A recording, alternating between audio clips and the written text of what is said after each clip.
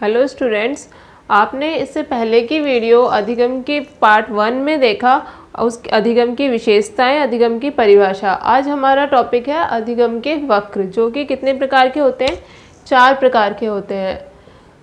पहले तो आप देखते हैं कि अधिगम वक्र कहते किसको हैं।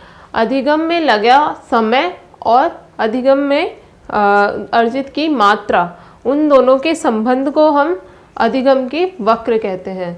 पहली है हमारी अधिगम की सरल रेखीय वक्र, मतलब कि इसमें समान उपलब्धि वक्र भी बोलते हैं। जैसे इसमें अगर हमने 1 घंटा अधिगम किया तो 1 पाठ पढ़ा, 2 घंटे में 2 पाठ पढ़े, 3 घंटे में 3, मतलब दोनों मात्राएं बराबर चल रही हैं, दोनों रेशो बराबर है, समय और मात्रा दोनों इसमें बराबर लगता है, इसलिए इसको बोलते हैं समान उपलब्धि वक्र। दूसरा है उन्नतोदर या बढ़ता हुआ या धनात्मक वक्र। उन्नतोदर वक्र में क्या होता है कि समय और मात्रा का जो रेशो है वो ऐसे बढ़ता है। पहले एक घंटे में 1.5 पाठ पढ़ेगा बालक, जो है 1 घंटे में 1.5 पाठ पढ़ेगा, फिर 2 घंटे में 2.5 पाठ पढ़ेगा, तो समय कम लग रहा है और मात्रा अधिक। इसी तरह से फिर 3 घंटे में वो 5 पढ़ेगा, तो यहाँ पे क्या होता है, समय कम है और मात्रा अधिक है, तो इसको हम बोलते हैं उन्नतोदर या बढ़ता हुआ या धनात्मक वक्र। इसमें रेशो बढ़ता है, कम समय में ज़्यादा मात्रा उपलब्धि होती है। फिर आते हैं हम तीसरा नतोदर या घटता हुआ या ऋणात्मक वक्र। इसमें क्या होता है, मात्रा और समय का रेशो घटते हुए क्रम में चलता है। जैसे 1 घंटे में 1, फिर 2 घंटे में 1 घंटे में आधा, फिर 2 घंटे में 1.5, फिर 3 घंटे में 2.5 और फिर 4 घंटे में 3। इस तरह से हमारा जो समय है वो अधिक लग रहा है और मात्रा जो है वो कम प्राप्त हो रही है, इसलिए इसको हम बोलते हैं नतोदर या घटता हुआ या ऋणात्मक वक्र। फिर है हमारा चौथा सर्पिलाकार या एस प्रकार का वक्र।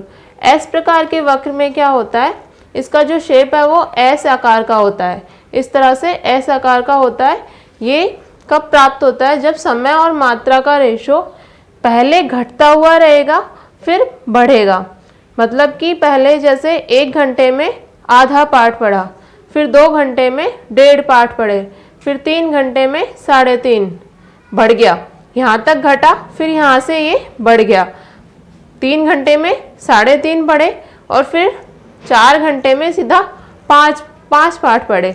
इस तरह से प्रारंभ में क्या होता है, प्रारंभ में ये घटते क्रम में होता है, फिर बाद में ये बढ़ते क्रम में होता है, इसलिए इसको हम बोलते हैं सर्पिलाकार या एस प्रकार का वक्र। ये इसके अधिगम के। अब हम देखते हैं अधिगम को प्रभावित करने वाले कारक। पहला है बुद्धि। बालक की जो बुद्धि है वो अधिगम को कैसे प्रभावित करती है, तो 2 प्रकार की बुद्धि होती है, कुशाग्र बुद्धि और जड़ बुद्धि। कुशाग्र का मतलब है तेज दिमाग वाला बालक और जड़ बुद्धि का मतलब है बहुत कम धीमी गति से जिसका दिमाग चलता है, या फिर हम कह सकते हैं कि जिसका दिमाग काम ही नहीं करता, उसको कहते हैं जड़ बुद्धि।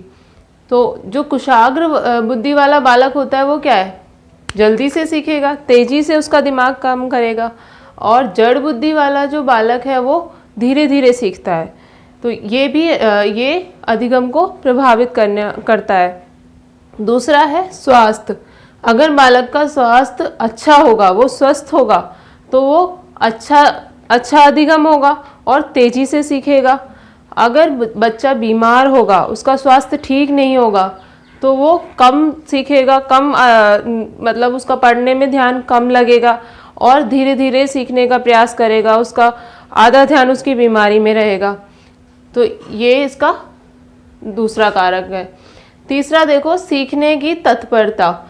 सीखने की तत्परता से अभिप्राय की कंटिन्यूटी, जो लगातार हम अपनी कंटिन्यूटी नहीं रखते हैं, अगर रखते हैं तो जल्दी सीखते हैं, अगर तत्परता होगी तो शीघ्र सीखते हैं, अगर नहीं होगी तो धीरे धीरे सीखते हैं।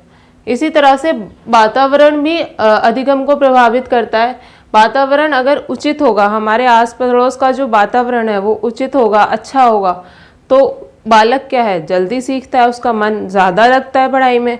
अगर वो अनुचित होगा, अगर वातावरण अनुचित का मतलब है कि जैसे लड़ाई झगड़े होते रहते हैं, कुछ और उसके सामने ऐसा होता रहता है, वातावरण बहुत खराब होता है, तो बालक धीरे धीरे सीखता है, उसका मन नहीं लगता सीखने में।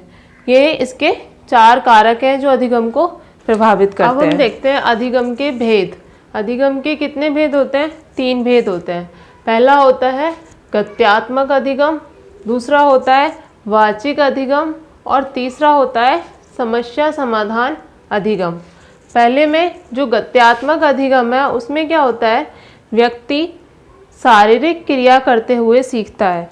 मतलब कि जब हम अधिगम सीखते हैं, सीखना जो है वो हमारे शारीरिक क्रिया के द्वारा जब सीखते हैं उसको हम गत्यात्मक अधिगम कहते हैं। जैसे उदाहरण, बालक जब खेलता है तो वो खेल के द्वारा भी सीखता है उसको, तो उसकी जो शरीर है उसकी क्रिया हो रही है, तो उसको हम कहते हैं कि गत्यात्मक अधिगम द्वारा सीखना। दूसरा है वाचिक अधिगम। वाचिक अधिगम में क्या होता है, जब व्यक्ति अंकों, शब्दों और संकेतों के माध्यम से सीखता है। मतलब कि किन्हीं अंकों के द्वारा, लिखा हुआ अंकों के द्वारा सीखना, या शब्दों के द्वारा सीखना, या संकेत, यानी कि जो हम संकेत करते हैं, इशारे करते हैं, ये नहीं करना, ये करना है, गर्दन से इशारे करते हैं, हाथों से इशारे करते हैं, उनके माध्यम से जो सीखते हैं उसको संकेतों के माध्यम से सीखना कहते हैं। जैसे जब हम कोई हमारे घर पे आता है तो मम्मी हमें कुछ इशारों में बातें बताती हैं कि ये चीज़ लेके आनी है दुकान से, तो वो बोलती नहीं है उनके सामने, लेकिन हमें समझाती है, तो वो अपनी लिपसिंग से या फिर अपने आँखों से हमें कुछ समझाती हैं, वो होता है संकेतों द्वारा कुछ अपनी बात कहना। तीसरा देखेंगे समस्या समाधान से अधिगम। मतलब कि बालक अपनी समस्याओं का समाधान ढूंढते हुए जब अधिगम या करता है या सीखता है, उसको हम कहते हैं समस्या समाधान से अधिगम। मतलब कि जब गणित पढ़ते टाइम हम किसी सवाल पर अटक जाते हैं, उसका बार बार प्रयास करते हैं और अपनी समस्या का समाधान निकालते हैं, तो जब तक समाधान नहीं निकलता तो हम सीख नहीं पाते।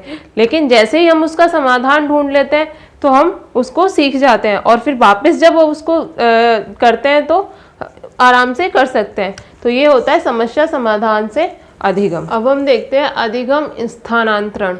अधिगम स्थानांतरण किस किस प्रकार से होता है? एक तो वो धनात्मक होता है, दूसरा ऋणात्मक होता है और शून्य होता है। धनात्मक से यहाँ ये अभिप्राय है कि अगर हमारे पूर्व में अर्जित किया हुआ ज्ञान बाद में लेने वाले ज्ञान में सहायता करे। मतलब कि यहाँ इसका मतलब ये है कि पहले हमने जो पढ़ा है उसकी सहायता हमें जो बाद में पढ़ने वाले हैं उसमें मिले। जैसे पहले हमने गणित पढ़ा, गणित के बाद हम अगर फिजिक्स पढ़ेंगे तो इसमें ये दोनों एक दूसरे में सहायता करते हैं। गणित में हमने सवाल करते हैं, सवालों को हल करते हैं, उसी प्रकार से फिजिक्स में भी हम वापस से उन्हीं न्यूमेरिकल्स को या सवालों को हल कर सकते हैं। तो ये पूर्व का ज्ञान हमें अब बाद में लेने वाले ज्ञान में सहायता करता है, तो इसको हम बोलते हैं धनात्मक अधिगम। दूसरा है ऋणात्मक स्थानांतरण या अधिगम। तो इसमें होता है पूर्व में अर्जित हुए ज्ञान से बाद में लेने वाले ज्ञान में बाधा आए, मतलब कि रुकावट या अवरोध पैदा हो। जैसे अगर हमने पहले कार चलाना सीख लिया, कार चलाना हम सीख गए, उसके 2-3 दिन बाद हम वापस से क्या करते हैं, हवाई जहाज चलाना सीखें, तो कहीं ना कहीं ये एक दूसरे में सहायता नहीं करते, क्योंकि कार चलाना एक अलग ही है, वो अलग ही एक सीखना होता है, और हवाई जहाज में बहुत अलग मेथड्स होते हैं। इसलिए ये इसमें ऋणात्मक स्थानांतरण होता है अधिगम का, ये एक दूसरे में सहायता नहीं करते। तीसरा है शून्य अधिगम। शून्य अधिगम में क्या होता है, ना ही तो हमें पूर्व ज्ञान से सहायता मिलती है और ना ही पूर्व ज्ञान से हमें बाद के ज्ञान में बाधा उत्पन्न होती है। जैसे इतिहास पढ़ने के बाद मनोविज्ञान पढ़ना, इन सभी का आप स्क्रीनशॉट ले सकते हैं। आपको अगर मेरा पढ़ाया हुआ समझ में आया हो, मेरी वीडियो पसंद आई हो, तो मेरी वीडियो को लाइक, सब्सक्राइब एंड शेयर करें।